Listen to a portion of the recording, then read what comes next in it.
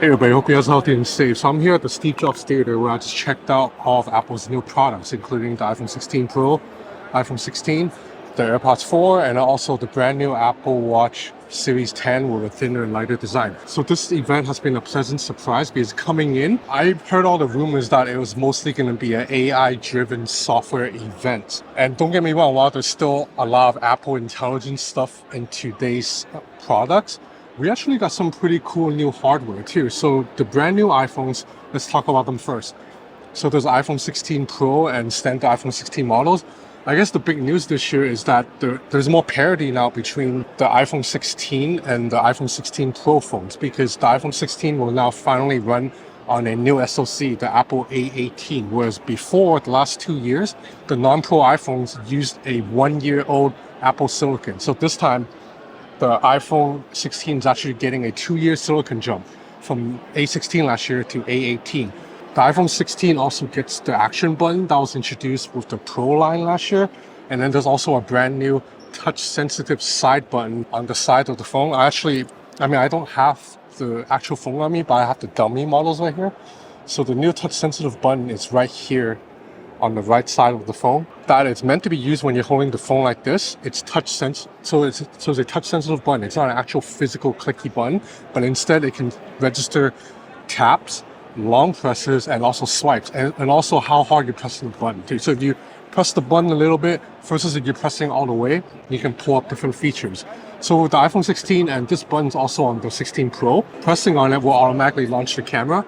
Swiping on it will allow you to cycle through various different shooting modes. Like, for example, if you're in portrait mode, you can change the aperture, or you can cycle through different filters, or as Apple called them, profiles. And the iPhone 16, the non-Pro version, also gets a new 48 megapixel main camera. Previously, they were on the 12 megapixel sensor. So the iPhone 16 got quite a big jump and has more parity with the Pro devices. But the iPhone 16 Pro is still the star of the show and still the device I'm gonna test personally. So it has a brand new Apple A18 Pro chip built on second generation 3 nanometer. So this new chip has even denser transistors than before. So it's going to be the most powerful chip in the world. I mean, even right now, the A17 Pro is still more powerful than anything in the Android side. So the A18 Pro is just going to push the lead even further.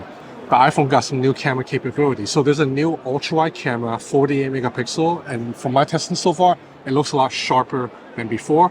The main camera, it's relatively the same. It's a 48 megapixel camera, but it's a second generation of that technology. And the 5x zoom lens remains the same. But the new chip allows the ISP, the image signal processor, to run at 2 times the speed as before. So that means it can process images and make real-time adjustments faster. And this will come in handy for videos too, because you can now shoot videos at 4K 120 FPS on the iPhone Pro series, so only on the Pro phones. So shooting at 120 FPS means you have a much higher frame rate. It allows you to slow down the footage without videos looking choppy. And the best part is, and that's always a good thing with Apple devices, you can shoot the footage first and then just decide what to do with it later. So you can shoot in the normal 120 FPS video and then just decide to slow it down later, or run it at half speed, or run it at real-time speed. The displays of both iPhones are also a little bit larger, 6.3 inches on the non-Pro and 6.9 inches on the Pro. The Pro model iPhone is also using a newer grade of titanium that Apple says is even better than before. And there's also new colors. But especially on the non-Pro iPhones, the standard 16, you have 4 fun colors and a new camera design too. And if you're interested in buying the new iPhones, you will probably want accessories. And I have a lot from today's video sponsor, ESR. First is ESR's 3-in-1 MagSafe charger with Qi 2 and Cryo Boost. This is a single charger that can wirelessly charge your iPhone, AirPods, and Apple Watch. The wireless charging pad uses the latest Qi 2 charging standards, which is faster and also compatible with Android devices with Qi 2. With an iPhone, you can get the fastest possible 15-watt MagSafe charging. The charger features the second generation of ESR's patented Cryo Boost, which is an advanced cooling system with a fan and a strategically placed vent to allow airflow directly to the back of the phone. This means your iPhone will charge wirelessly without getting hot like with other chargers. The Apple Watch charger is Apple certified, so it can charge an Apple Watch Ultra from 0 to 100 in an hour and 40 minutes. The second product is ESR's Qi 2 MagSafe battery pack with a kickstand. This is a compact battery pack measuring only 15.5 millimeters thick, but yet has a 5,000 mAh battery inside. It has Qi 2, so it can charge your iPhone faster than most other power banks on the market. The magnetic grip can hold devices up to 2.6 pounds, so your iPhone is safe for sure. This battery pack also has a built-in kickstand which has won multiple awards that can prop up your iPhone at various angles. There's also a MagSafe car charger with the same Qi 2 and Cryo Boost technology seen earlier. If you're interested in any of these products, check out the link in the description below. These iPhones are also the first iPhones to be built from the ground up to support Apple Intelligence. So that's Apple's version of generative AI. Most of it's on device. The ones that do get sent up to Apple servers are on Apple's private cloud compute, and they promise that it's totally secure. Apple never accesses it. In fact, Apple even opens up the private cloud compute to third-party privacy analysts so they can analyze to make sure that it is indeed completely secure. But there's already a lot of generative AI stuff you can do on device. And to be honest, none of these are new. We've seen them on Samsung and Google phones already. So there's like a automatic writing improvement tool. It will proofread your writing, helps suggest a different tone for your writing. Honestly, I'm never going to use that because I like having my own voice when I write. But what I will use is you can create original emojis with a couple of text prompts. So you can just think of anything. You can say, oh, make a hamburger smiling while wearing AirPods, and you'll get an emoji that looks like that to send to your friends. There's also the ability to generate original artwork or illustrations, just like what we've seen on the Pixel phones. It's called Image Playground here. Again, you give it a couple of voice prompts and it'll generate an original image. However, most of these features right now, generating original emojis and generating images, are not ready yet in the iPhone. So even when they ship next week, 2 weeks from now, those features won't be ready. They will come later via a software update. Siri is also a little bit more intelligent. It can understand context, so you can ask it follow-up questions.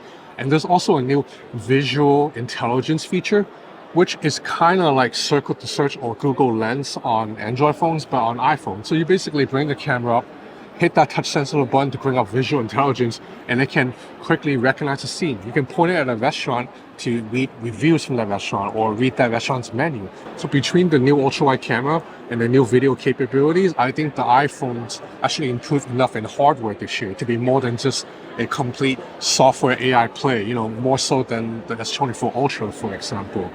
There are also other Apple products announced, including new AirPods, the AirPods 4. So these come in two types now. These are the open ear types of AirPods without the silicone tip. One of them are just basically like the normal AirPods that we've seen around, except they have better audio with a newer chip. But there's a new version with active noise cancellation. That's going to be very interesting because a major reason ANC works so well in the AirPods Pro and other earbuds is because there's a silicone tip that seals off the ear canal. With the AirPods, they're kind of open ear design, so they don't really block off outside noise technically. But Apple has a lot of algorithm, intelligent machine learning to actively analyze the scene around you and cut out outside noise. And I only got to demo it very briefly. It did work pretty well, but this place also isn't that loud right now. I'm interested to see how it will sound in Hong Kong, where it's like one of the loudest places in the world. There's also a new Apple Watch Series 10, and it got quite a big upgrade. So the more premium model is now built on titanium, so it's 20% lighter than the stainless steel models before, while being actually a little bit more durable. The screen is also larger, and the watch is 10% thinner. There's also a new S10 chip, which I'm pretty sure is pretty powerful, and there's a new sleep apnea detection feature. So it will use the watch's accelerometer to detect your arm movements when you're sleeping, when you're changing your breathing, and over the course of 30 days, it will study your breathing patterns, and it will let you know if your breathing is showing symptoms of sleep apnea. I do have a couple of friends who suffers from that, so I'm interested to see if it really works when they wear it. I don't think I have it, at least I don't think. So that's about it for all the Apple products in a nutshell. I will get almost all of them in for review very soon, so if you're interested in the latest reviews, especially the iPhone 16 Pro Max, please subscribe to my channel. It will help me a lot. Thanks for watching.